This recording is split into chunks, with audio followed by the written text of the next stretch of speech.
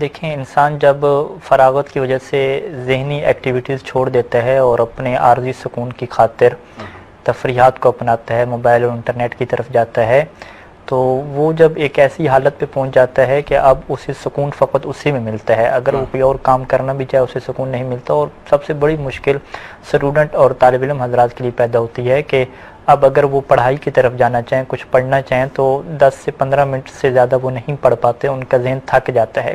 وہ جیسے ہی خطاب اٹھائیں گے، پڑھنا چاہیں گے، ذہن تھک جائے گا، پھر وہ اپنے سکون کے لیے اسی اپنی عادت کی طرف واپس پلٹیں گے، موبائل کی طرف واپس پلٹیں گے۔ تو جو اہل بیت علیہ السلام نے اور قرآن مجید میں جو اس چیز کی طرف توجہ دلائی کہ آپ کس طریقے سے آپ یہاں سے نکل سکتے ہیں، تو قرآن مجید نے ایک اصول دیا کہ یا ایھا الذین آمنوا علیکم انفسکم، اے مومنو تمہاری اوپر ضروری ہے کہ تم اپنی دیکھ بھال کرو، اپنے بارے میں سوچو۔ تو سب سے پہلی چیز یہ ہے کہ انسان سوچنا شروع کرے اپنے بارے میں کہ میں یہ کیا کر رہا ہوں، کیوں کر رہا ہوں، میں کون ہوں، مجھے کہاں جانا ہے، میرا امام حسین علیہ السلام سے کیا تعلق ہے، کیا رشتہ ہے۔ سوچنا شروع کرے، جتنا اپنے بارے میں وہ سوچے گا، جتنا اپنے آپ کو وہ وقت دے گا، وہ اپنے آپ کو ڈسکور کرے گا۔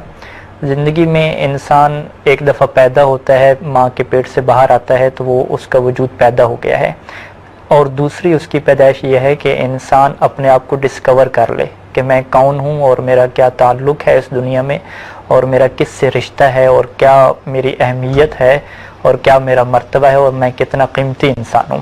اس کے بارے میں وہ سوچنا شروع کرے۔ اب اس کے لیے اسے قربانی دینی ہے، اسے اپنے موبائل کو اور دیگر چیزوں کو کچھ وقت کے لیے آف کرنا ہے، اپنا ٹائم دینا ہے۔ جب وہ اپنا ٹائم دے گا، جتنا زیادہ اپنے بارے میں انسان سوچے گا، یعنی اگر ایک انسان چاہتا ہے کہ میں ایک عادت کا شکار ہو چکا ہوں، اب میں پڑھائی نہیں کر پا رہا، کوئی اور کام نہیں کر پا رہا، اپنے گھر والوں کو دیگر کو حقوق پورے نہیں دے پا رہا، اب وہ اپنے بارے میں سوچنا شروع کرے۔ قرآن مجید نے یہ اصول دیا۔ پھر قرآن نے کہا کہ دیکھو اگر اپنے بارے میں تم سوچنا شروع کرو گے تو اب تمہیں کوئی چیز بھی گمراہ نہیں کر سکے گی، تم اپنی ہدایت پہ رہو گے۔ اور اہل بیت علیہ السلام نے اس چیز کو جو تعبیر کیا ہے اسے ہم عربی میں محاسبہ کہتے ہیں۔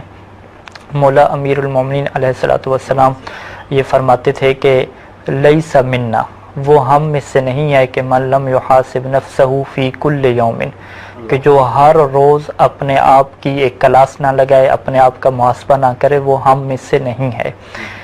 یعنی یہ جو فقرہ ہے امام علی علیہ السلام کا کہ ہم میں سے نہیں ہے، علماء جب اس فقرے کو پڑھتے ہیں تو وہ ان کے دل کی کیفیت بدل جاتی ہے۔ وہ یہ سوچتے ہیں کہ مولا امیر المومنین علیہ السلام اور مولا حسین علیہ السلام اگر کسی کو کہتے ہیں کہ تم ہم میں سے نہیں ہو، تمہارا تعلق ہم سے نہیں ہے، تو آپ خود سوچیں کہ کتنی تکلیف والا یہ جملہ ہے۔ اور وہ کون سا بندہ نہیں ہے امام حسین علیہ السلام سے اور مولا حسین علیہ السلام، مولا امیر علیہ السلام۔ یہ روایت جو میں نے تحقیق کی، تقریباً 4 معصومین سے ہماری یہ روایت وارد ہے، اور سب معصوم یہ فرماتے ہیں کہ دیکھو اس کا تعلق ہم سے نہیں ہے۔ کس کا تعلق ہم سے نہیں ہے؟ کہ من لم یحاسب نفسہ فی کل یوم، کہ جو ہر دن اپنے آپ کا محاسبہ نہیں کرتا۔ یعنی ہماری یہ ذمہ داری ہے کہ ہم دن کا کوئی ایسا ٹائم نکالیں کہ جس میں ہمارا تعلق نہ موبائل سے ہو، نہ انٹرنیٹ سے ہو، کچھ بھی نہ ہو، فقط ہم بیٹھ کے اپنے بارے میں سوچیں، اپنے بارے میں سوچیں کہ ہم نے کیا کیا، کیوں کیا، اور کہاں جا رہے ہیں۔ پھر مولا فرماتے ہیں کہ اگر اس نے کوئی اچھا کام کیا ہے تو اللہ سے دعا مانگے کہ اس سے مزید اچھا کرنے کی توفیق دے، اور اگر اس نے برا کام کیا ہے تو پھر فوراً کہے اللہ سے معافی مانگے اور بہتری کی طرف آنے کی کہے دعا کرے۔ اور اس کا تعلق جو علماء یہ بیان کرتے ہیں، روایات میں بھی چیز کا اشارہ ملتا ہے کہ جب انسان پورے دن سے جو ہے وہ گزر چکے تو اپنی رات کا سونے سے قبل ایک ٹائم بنائے کہ جس ٹائم اس نے اپنے نفس کی اور اپنی کلاس لینی ہے، اور اس ٹائم پہ وہ سوچنا شروع کرے۔ ابھی مشکل کیا پیش آ گئی ہمارے سامنے کہ انسان جب بستر پہ جاتا ہے تو بستر میں بھی اس کے پاس موبائل ہوتا ہے۔ اب وہ بجائے اس کے کہ جو اہل بیت علیہ السلام نے کہا تھا کہ جب تم اپنے دن کا وقت گزار لو تو تم نے اپنے بارے میں سوچنا تھا کہ تم نے کیا کیا، اب بجائے اس کے کہ وہ اپنے بارے میں سوچے، وہ اپنے بارے میں سوچنے کے بجائے وہی انٹرٹینمنٹ دیکھ رہا ہے اور اسی سے تھک ہار کے وہ سو جاتا ہے، اور جب صبح اٹھتا ہے تو بجائے اس کے کہ اپنے بارے میں سوچے، پھر وہ کیا ہے موبائل کو اٹھا لیتا ہے اور اسی تفریح کی طرف چلا جاتا ہے۔ تو جو بنیادی نقطہ قرآن مجید نے اور مولا امیر المومنین علیہ السلام نے بیان فرمایا کہ تمہیں اپنے بارے میں سوچنا ہے، اپنے بارے میں جب تک آپ سوچنا شروع نہیں کریں گے اس وقت تک تبدیلی کی کوئی توقع آپ نہیں کر سکتے. اور قرآن مجید نے تو واضح طور پہ کہا تھا کہ دیکھو اگر تم چاہتے ہو کہ ایک معاشرے میں اور قوم میں اصلاح اور تبدیلی آئے تو تم اپنی تبدیلی اپنے آپ سے شروع کرو گے. یعنی آج تک خدا نے اس قوم کی حالت نہیں بدلی کہ جو اپنے آپ کو انسان نہ بدلے. وہاں پہ بھی لفظ انفس کا لفظ ہے کہ اپنے آپ کو کیا ہے بدلنا شروع کرنا ہے. اور مولا صادق علیہ السلام کی خوبصورت روایت ہے کہ مولا فرماتے تھے کہ دیکھو تم اپنے آپ کے ڈاکٹر ہو. جعلت طبیب نفس کا، تمہیں اپنا ڈاکٹر بنا دیا گیا ہے، تمہیں بیماری بھی بتا دی گئی ہے، تمہیں آیت الصحہ کہ اب صحت کیسے ملنی ہے وہ تمہیں بتا دیا گیا ہے.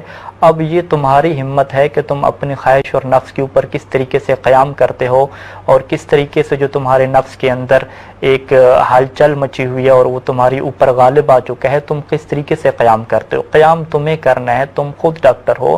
یہ نہ سوچو کہ مجھے کسی ڈاکٹر کے پاس یا ماہر نفسیات کے پاس جانا پڑے گا. سب چیزیں واضح ہیں. تمہیں ایک ٹائم ایسا نکالنا ہے اپنے لیے، اپنے بارے میں سوچنا ہے. اور پھر اس سوچنے کے بعد امام سجاد علیہ السلام جو ان کی دعاؤں کی کتاب ہے صحیفہ کاملہ، اس میں ایک دعا ہے تقریباً 11 نمبر دعا ہے کہ جس میں خاتمہ بالخیر کی دعا ہے. اس میں مولا یہ دعا کرتے ہیں کہ اے اللہ اگر میرے لیے کوئی فارغ وقت آ جائے تو میرے لیے ایسا کر دے کہ اس میں میں کوئی گناہ نہ کروں اور اس میں میرے لیے کوئی ٹینشن کا سبب نہ بنے کہ پھر جب وہ کرام کاتبین وہ فرشتے میرے نام اعمال کو لکھیں تو اس میں برائیوں. تو یہ دعا انسان سب سے زیادہ کرے. اور تیسری چیز مختصر کروں کہ انسان اپنے اللہ سے تعلق مضبوط کرے.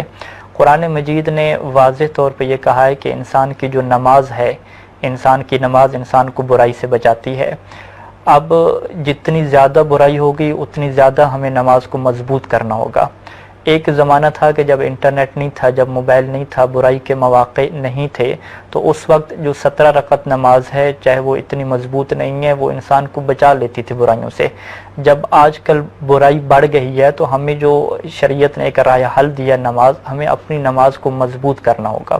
اور قرآن نے واضح کہا ہے کہ جو لوگ نماز پڑھتے ہیں لیکن اپنی نماز میں توجہ نہیں کرتے، بھولے ہوئے ہیں، اپنی نماز کے اندر توجہ نہیں ہے، ان کے لیے ویل ہے، مصیبت ہے. اس کی وجہ کیا ہے کہ قرآن نے ایک راہ حل دیا کہ دیکھو تمہیں برائی سے اگر بچنا ہے تو تمہیں نماز کی طرف آنا ہے. تو اگر تم نماز میں ہی سستی کا شکار ہو جائے تو تم کیسے کیا ہے بچ پاؤ گے. تو یہ راہ حل ہیں اہل بیت نے بیان کر دی ہیں اور ہماری ذمہ داری ہے کہ ہم اس کے اوپر عمل کریں.